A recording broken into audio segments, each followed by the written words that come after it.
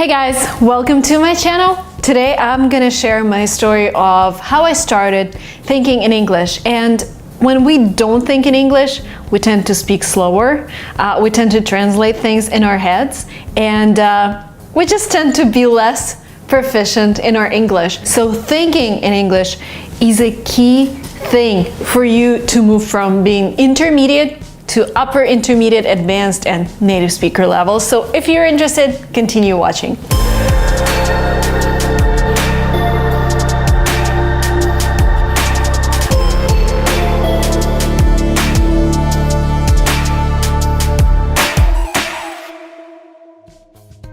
If you think that this could happen overnight, it cannot, unfortunately. So my story is, I started thinking in English for a couple nights when I was in the UK. I think it was my second or first visit. It was really early on. I was a teenager, so the process went faster. So what happened every morning when I woke up in my homestay with the host family, I would be really embarrassed about my English because my brain is still sleeping, and they would ask me questions in English, and I would be like, oh my god, they're asking me about my breakfast, but the only way I can say what I want is in Russian, in my native language, because I just woke up.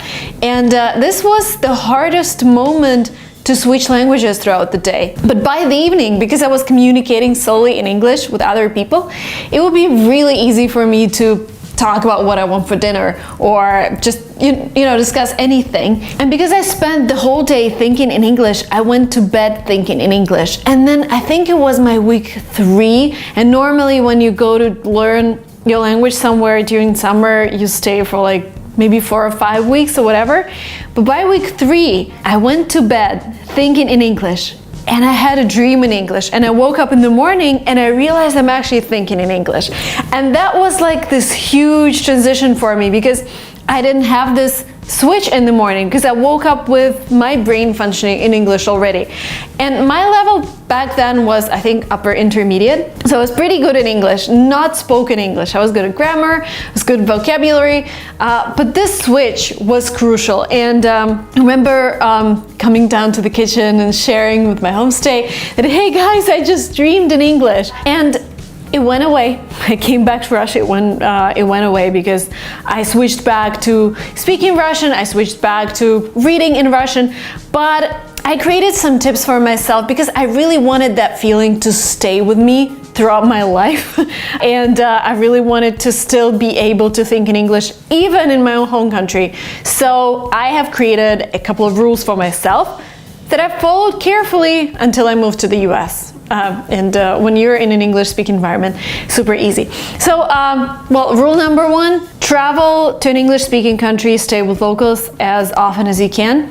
Linguatrip.com, all the programs are listed there. So, you know, select the one that fits you. But yeah, that requires your time and money. But this is the most effective way. This is when I went through this transformation. When I came back to Russia, the second thing I did, I brought a lot of books in English with me, and a lot of magazines. You don't have to go somewhere to bring stuff in English, you can just go online. But for me, switching to reading in English only, and I told myself, okay, starting this day, for all the non-study related materials, I'm switching to English, because this is the way to introduce this practice of consuming information in English into my everyday life. So maybe you follow this rule as well. Maybe you tell yourself, hey, from now on, I will only do fun stuff in English. So whether it's a YouTube video, whether it's Instagram, whether it's a book that you're reading, maybe, you know, switch it to English. And the third thing that is really still working for me here in the US, when you learn a new concept in English, so for example, right now I'm learning a lot